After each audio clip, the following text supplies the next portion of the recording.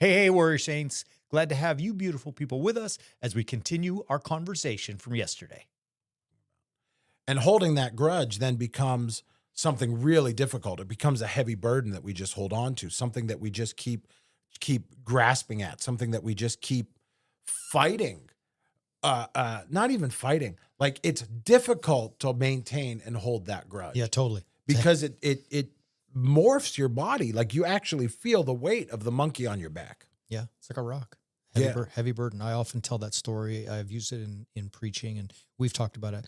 You know, if you are holding a grudge or fighting with someone and they with you, it's like you are running through the forest, fleeing from a predator, right? Like there's a monster that wants to get you, and you've got to get to the clearing at the edge of the forest to find safety.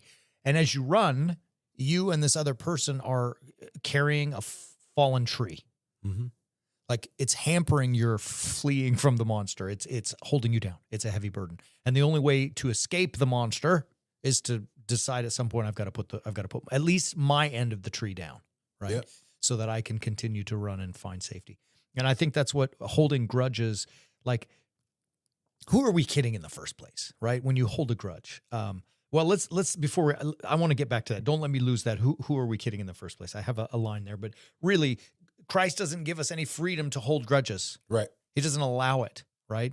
And he says it's the perspective from which he comes at it. He does not. So in Matthew chapter 5, which we call the Sermon on the Mount, he is saying that if you are coming to bring your gift to the altar, right? If you are coming to offer to God, right? And there you realize that your brother has something against you, leave your gift, go be restored, and then come make your offering.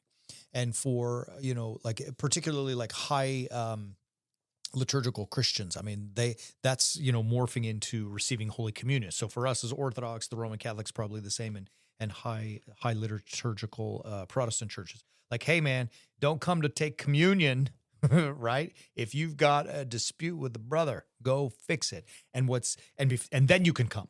However, notice that he says, if you have something against your brother, no, that's not what he says. You're not allowed to have something against your brother. If your brother has something against you, go fix that. So he's not going to let you hold a grudge, nor is he going to let someone else hold a grudge. Go fix it. Yeah. Doesn't mean you need to be besties. Yeah. But you need to go fix it. Yeah, you can't hold on to that anger. You can't just allow yourself, right? And I mean, it's really what it is. It's allowing yourself to do these things. And in the Psalms, I mean, it says very clearly that doing that only leads to evil. It says, refrain from anger, forsake wrath, fret not yourself, it tends only to evil. If we're playing with these games of grudges and constantly walking around being annoyed, looking at someone as they're coming up to you because, there's someone that maybe has been persistent in the past, has been annoying to you in the past, then you go down that rabbit hole. And like you said, it's a heavy weight that we then are carrying with us. Yeah. And you said you wanted to go back to that thought. I'd love to hear what you have to say. Okay, so Christ puts it in perspective. No grudges. You don't get them, and you can't let someone else have them. Because who are we kidding in the first place? Is anything really of such great importance, namely my ego, to preserve my ego, that I need to be holding grudges, right? Like, does any situation really matter that much? Right. We give it import. We say it matters, but I'm asking the question, and I often, really like almost daily, I ask myself, does this matter as much as I think it matters?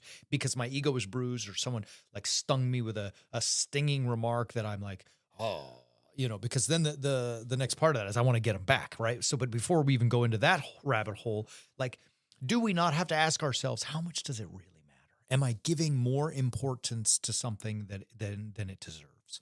Yeah.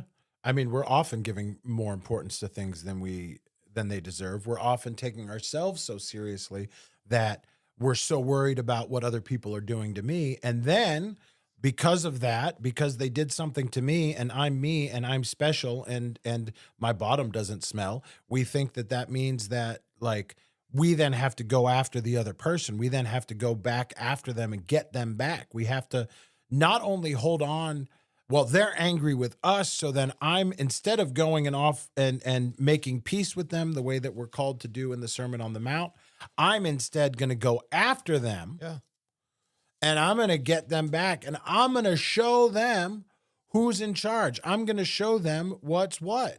And Hey, Warrior Saints, thank you so much for being with us. If you enjoyed this, please like, subscribe, and share. It helps us get the word out there.